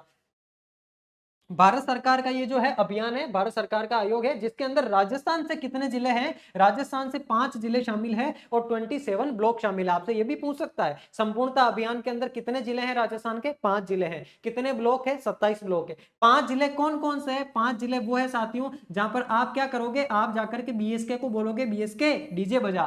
तो डीजे बजेगा कहां पर? बीएसके के अंदर डीजे बजेगा। इससे क्या ध्यान रखोगे? इससे ध्यान रखोगे, देखो डी से तो हो जाएगा आपका कौन? धौलपुर। डी से हो गया आपका धौलपुर, जे से हो जाएगा आपका कौन? जैसलमेर। और बी से क्या हो जाएगा आपका साथियों? बी से हो जाएगा आपका बूंदी। ठीक है। एस से हो जाएगा आपका कौन सा? सिरोही। और के से हो जाएगा आपका करौली। ठीक है। तो इसने क्या पूछा है आपसे? सॉरी, बी से आपका 12 होगा साथियों। देखो मैं भी थोड़ा सा कंफ्यूज हो गया, बी से कौन सा होगा? 12 होगा। तो ये टोटल 5 जिले हैं, डीजे बीएस के, धौलपुर, जैसलमेर, 12, सिरोही, करौली। अगर आप राजस्थान का मैप देखोगे, ये आपका राजस्थान का मैप है। यहां से उठा लिया इन्होंने जैसलमेर को, यहां से उठा लिया सिरोही को, यहां से उठा लिया 12 को, फिर उठाया करौली को, फिर उठाया धौलपुर को। टोटल 5 जिले जो है राजस्थान से ले लिए। अब इसने पूछा है कि संपूर्णता अभियान में कौन सा जिला नहीं है, आपको ये बताना है कौन सा जिला नहीं है। देखो जैसलमेर है, सिरोही है, 12 है, बाड़मेर नहीं है। तो राइट आंसर हो गया आपका कौन सा? बाड़मेर। बाकी आपको ये भी पता चल गया कि 500 जिले कौन कौन से हैं। चलो आगे देखो, राजस्थान के किस जिले के ब्लॉक में जल जीवन मिशन के तहत 100% घरों में नल कनेक्शन? ये भी बता ही दिया था मैंने आपको? भीलवाड़ा का है। कौन सा? मांडल ब्लॉक। ये सवाल आप ऑलरेडी कर चुके हो। मांडल ब्लॉक भीलवाड़ा का, जहां पर 100% नल कनेक्शन आ गया स्वच्छ पेयजल उपलब्ध करवाने के लिए। आगे देखो, पोषित लाडो अभियान राजस्थान के किस जिले में आरंभ किया गया? पहली बात तो पोषित लाडो अभियान आपसे पूछा जा सकता है। पोषित लाडो जो अभियान है, कैसा अभियान है? राज्य स्तरीय अभियान है, पंचायत स्तर का अभियान या जिला स्तर का अभियान है? तो पोषित लाडो अभियान आपके जिला प्रशासन के द्वारा शुरू किया गया अभियान है। कौन सा है? जिला प्रशासन के द्वारा शुरू किया गया अभियान। जिला प्रशासन भी कौन सा साथियों? आपके जो 12 हैं, इस 12 जिले के प्रशासन ने हाल ही में एक अभियान शुरू किया था सशक्त 12 नाम से। किस नाम से? सशक्त 12 अभियान। एक अभियान शुरू होता है सशक्त 12 अभियान, और इस सशक्त 12 अभियान की शुरुआत 12 का जिला प्रशासन करता है। इसी अभियान के तहत पोषित लाडो अभियान भी चलाया जाता है, जिसमें लगभग 39 छात्रावासों के अंदर रहने वाली बालिकाओं को एनीमिया रोग की जांच करके एनीमिया का उनको उपचार दिया जाएगा, आयरन की टेबलेट वगैरह दी जाएगी। तो कौन सा जिला है आपका? 12 है। 12 का जिला प्रशासन है वो सशक्त 12 अभियान जारी करता है। उसी के तहत पोषित लाडो अभियान। पोषित लाडो अभियान का संबंध किससे है? एनीमिया रोग से जो ग्रसित बालिकाएं हैं, उन बालिकाओं की जांच करना और उनको प्रॉपर उपचार देना। चलो आगे देखो, जस 2024 कार्यक्रम का आयोजन कहां किया गया? जस, जस का मतलब हो गया साथियों JAS, मतलब ये हो गया ज्वेलरी एसोसिएशन। ज्वेलरी एसोसिएशन कार्यक्रम का आयोजन हाल ही में कहां किया गया? जयपुर के अंदर किया गया है। ध्यान रहेगा कहां किया गया है? जयपुर के अंदर। चलो आगे देखो, हाल ही में राजस्थान राज्य सूचना आयोग का नया मुख्य सूचना आयुक्त किसे नियुक्त किया गया है? राजस्थान का जो राज्य सूचना आयोग है आपका, इंफॉर्मेशन कमीशन है, उसका नया मुख्य सूचना आयुक्त किसको नियुक्त किया गया है? पिछली क्लास में भी चिल्ला चिल्ला के बता चुका हूं, एग्जाम में भी पूछा हुआ है। मोहनलाल लाठर। कौन है साथियों? ML लाठर। मोहनलाल लाठर जो कि पूर्व डीजीपी रह चुके हैं। कौन रह चुके हैं? पूर्व डीजीपी रह चुके हैं मोहनलाल लाठर। इनको हाल ही में राज्य सूचना आयोग का क्या किया गया साथियों? मुख्य सूचना आयुक्त जो है वो नियुक्त किया गया है। अच्छा, इनके अलावा 3 नाम और है आपके सामने। ये तीनों नाम भी मोस्ट इंपॉर्टेंट है, इनको भी आपको ध्यान रखना है। चलो, नवीन महाजन कौन है साथियों? नवीन महाजन आपके राजस्थान निर्वाचन आयोग में राजस्थान निर्वाचन अधिकारी है। नवीन महाजन कौन है? राजस्थान निर्वाचन अधिकारी। देखो आपको मैं कंफ्यूज करता हूं, यहां हूं मेरे पास, कितनी शानदार चीज बताऊंगा आपको। नवीन महाजन तो कौन है? राजस्थान निर्वाचन अधिकारी। और मधुकर गुप्ता कौन है? मधुकर गुप्ता है राजस्थान मुख्य निर्वाचन आयुक्त। कौन है? राजस्थान मुख्य निर्वाचन आयुक्त। हुए क्या रे थोड़े बहुत कंफ्यूज? राजस्थान मुख्य निर्वाचन आयुक्त। देखो साथियों, एक तो है राजस्थान के मुख्य निर्वाचन आयुक्त। राजस्थान का जो आपका कौन सा निर्वाचन आयोग है, उस निर्वाचन आयोग के मुख्य निर्वाचन आयुक्त। और राजस्थान राज्य का जो निर्वाचन आयोग है, वो राजस्थान के अंदर जितने भी स्थानीय स्थानीय जो होते हैं ना आपके चुनाव, जैसे कि आपके पंचायती राज इलेक्शन हो गए, या फिर आपके नगर निगम के या नगर पालिका के इलेक्शन हो गए, वो सारे इलेक्शन करवाने का काम कौन करता है? आपके राजस्थान का राज्य निर्वाचन आयोग करता है। और उस राज्य निर्वाचन आयोग के मुख्य निर्वाचन आयुक्त कौन है? आपके मधुकर गुप्ता है। ये तो है मुख्य निर्वाचन आयुक्त। और केंद्र के अंदर जो आपका निर्वाचन आयोग है, उनके मुख्य निर्वाचन आयुक्त कौन है? राजीव कुमार है। ठीक है। और ये कौन है फिर?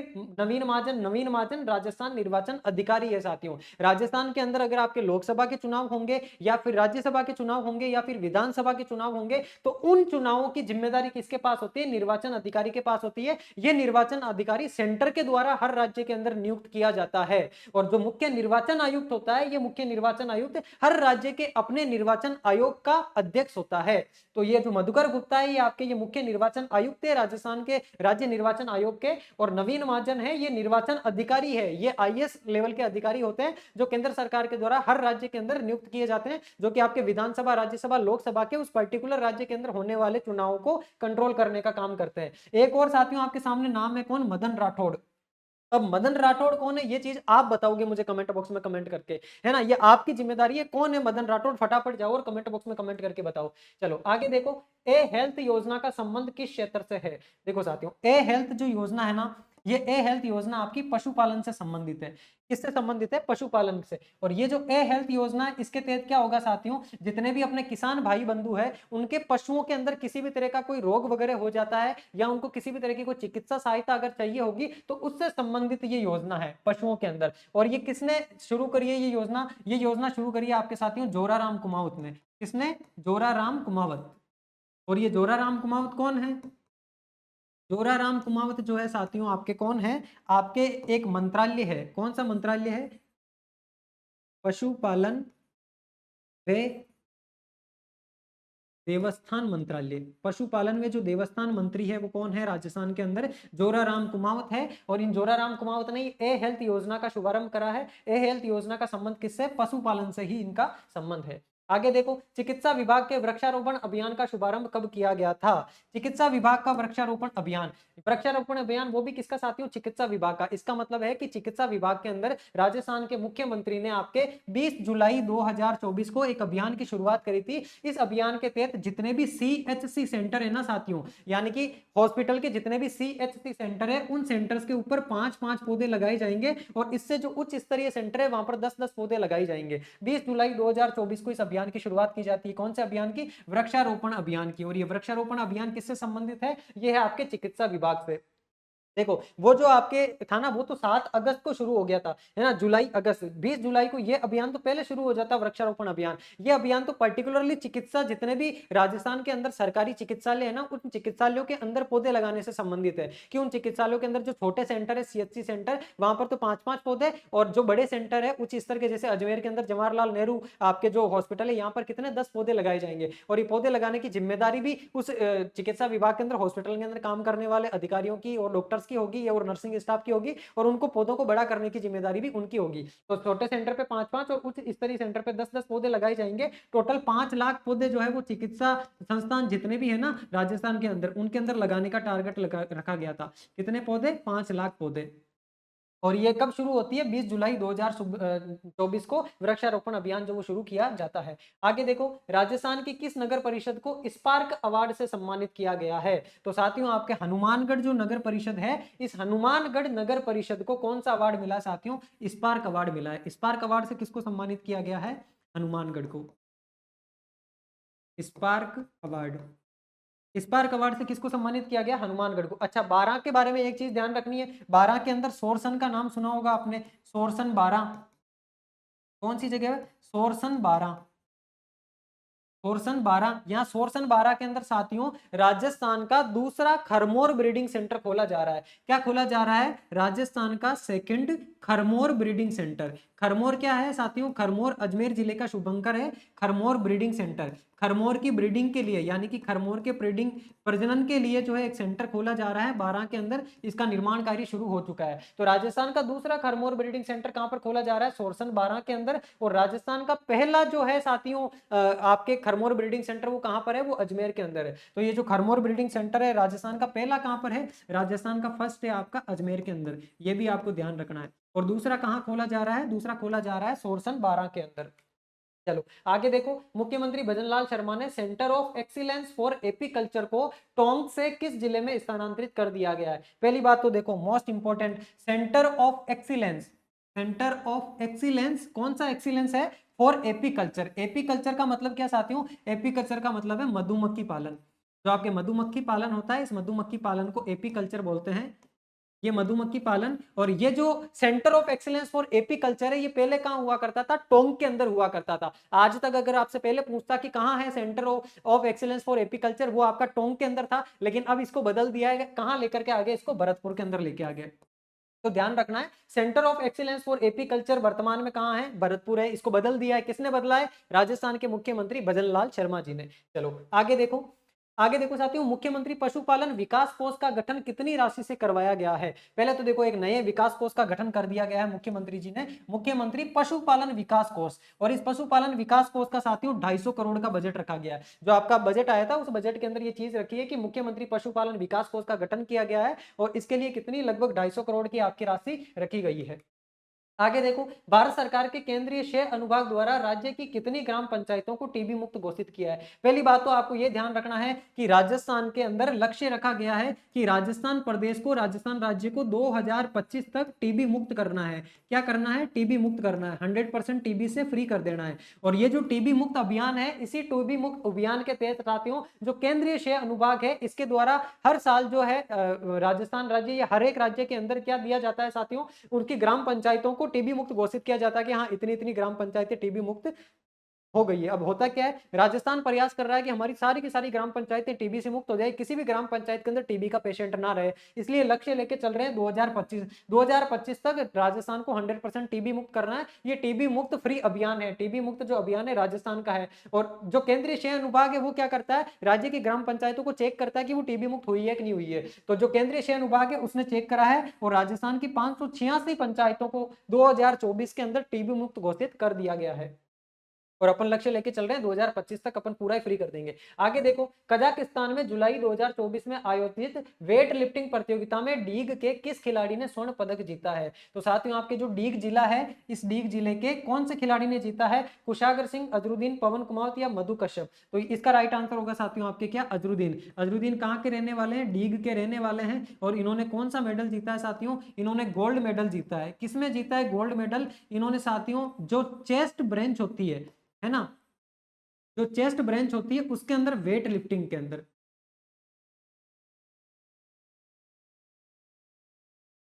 चेस्ट ब्रेंच इस तरीके से जो उठाया जाता है ना वेट, उस वेट उठाने वाली कंपटीशन के अंदर गोल्ड मेडल जीता है अजरुद्दीन ने। डीग के रहने वाले हैं। कौन सी प्रतियोगिता, कजाकिस्तान के अंदर हुई थी। कब हुई थी, जुलाई 2024 के अंदर, जिसको कहा जाता है वेट लिफ्टिंग प्रतियोगिता। उसमें चेस्ट ब्रेंच के अंदर गोल्ड मेडल इन्होंने जीता है। एक नाम आपको ध्यान रखना साथियों, पवन कुमावत का। पवन कुमावत का संबंध कहां से है, जयपुर से है। और इन्होंने, पवन कुमावत ने भी साथियों गोल्ड मेडल जीता है इसी प्रतियोगिता के अंदर। लेकिन पवन कुमावत वेट को इस तरीके से उठा रहे थे कमर से, है ना। और चेस्ट ब्रेंच के से उठाने वाले कौन थे, अजरुद्दीन, जो कि डींग से बिलोंग करते हैं। एक आपको कुशागर सिंह के बारे में ये ध्यान रखना है, कुशागर सिंह कौन है, कुशागर सिंह आपके राइफल शूटर है।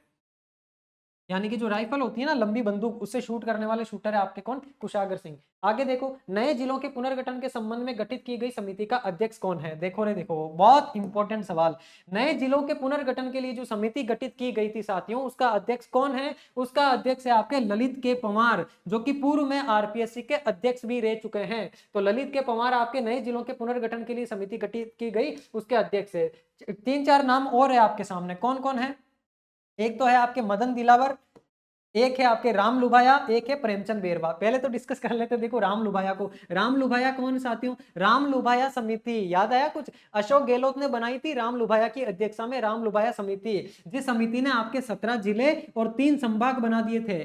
राजस्थान के अंदर पहले 33 जिले और 7 संभाग हुआ करते थे, उसमें 17 जिले और ऐड कर दिए, 19 नए जिले बनाए, कुछ जिलों को तोड़ा, नए जिले 19 बनाए। और इस प्रकार से टोटल राजस्थान में 50 जिले और 10 संभाग हो गए थे। तो 17 जिले और 3 संभाग नए बनाने वाली समिति तो कौन सी थी, राम लुभाया समिति थी। और मदन दिलावर कौन है, मदन दिलावर वर्तमान में राजस्थान के शिक्षा मंत्री है। कौन है, शिक्षा मंत्री है। और मदन दिलावर का एक और संबंध भी है साथियों, मदन दिलावर की अध्यक्षता के अंदर एक उप समिति और बनाई गई है। क्या बनाई गई है, उप समिति बनाई गई है। और वो उप समिति किससे संबंधित है साथियों, वो उप समिति संबंधित है आपका जो ये नई गठित समिति है ना जिलों के पुनर्गठन के लिए। इन जिलों के पुनर्गठन के लिए जो समिति बनाई है ना, उस समिति का अध्यक्ष तो कौन है, ललित के पंवार है। अब ललित के पंवार क्या कर रहे हैं, वापस से एनालिसिस कर रहे हैं कि 17 जिले और 3 संभाग बनाए सही है कि नहीं है। पुनर्गठन करके रिपोर्ट बनाएंगे और रिपोर्ट सौंपेंगे किसको, मंत्रिमंडल को रिपोर्ट सौंपेंगे। और राजस्थान विधानसभा के अंदर जो मंत्रिमंडल है साथियों, ये जो शिक्षा मंत्री है मदन दिलावर, इनकी अध्यक्षता के अंदर एक उप समिति और बना दी है, इनके नेतृत्व के अंदर एक उप समिति और बना दी है। उस उप समिति को ललित के पंवार अपनी रिपोर्ट सौंपेंगे। फिर आप कहोगे सर प्रेमचंद बेरवा कौन है, प्रेमचंद बेरवा राजस्थान के डिप्टी सीएम है, राजस्थान के उप मुख्यमंत्री है। दिव्या कुमारी, आपकी जो दिव्या है, दिव्या कुमारी वो, और प्रेमचंद बेरवा, दोनों के दोनों राजस्थान के उप मुख्यमंत्री है। और ये जो प्रेमचंद बेरवा है ना साथियों, ये जो उप समिति है ना नए जिलों के पुनर्गठन के लिए, वो उप समिति का नेतृत्व पहले आपके प्रेमचंद बेरवा करने वाले थे, है ना। लेकिन प्रेमचंद बेरवा जो है ना, ये खुद कहां से बिलोंग करते हैं, दूदू जिले से बिलोंग करते हैं। और दूदू को जिला हटा दिया जा रहा है, तो फिर वो तालमेल बैठा नहीं कि यार दूदू जिले को हटा रहे हो, और ये खुद जो उप मुख्यमंत्री दूदू जिले से है, और इन्हीं की अध्यक्षता के अंदर, इन्हीं के नेतृत्व के अंदर उप समिति जो है उसको रिपोर्ट सौंप रहे ललित के पंवार। तो फिर इनको तो हटाया उस उप समिति के नेतृत्व से, और जो मदन दिलावर आपके राजस्थान के वर्तमान में शिक्षा मंत्री है, उनके नेतृत्व के अंदर उस उप समिति को रिपोर्ट सौंपेंगे कौन, ललित के पंवार। तो आपके नए जिलों का जो पुनर्गठन है उसकी समिति का अध्यक्ष तो आपके ललित के पंवार है। ललित के पंवार अपनी वो बना करके पूरी की पूरी रिपोर्ट और सौंप चुके हैं जो आपके मदन दिलावर है उनके नेतृत्व की उप समिति को। यानी कि हर उप समिति के अंदर, विधानसभा के अंदर साथियों बहुत सारी उप समितियां बनाई जाती है, समितियां और उप समितियां बहुत सारे कार्यों का क्रियान्वयन करने के लिए। तो ये नए जिलों के पुनर्गठन से संबंधित जो उप समिति बनाई गई उसके नेतृत्वकर्ता वर्तमान में कौन है? मदन दिलावर है। लेकिन पहले कौन थे? प्रेमचंद बेरवा थे।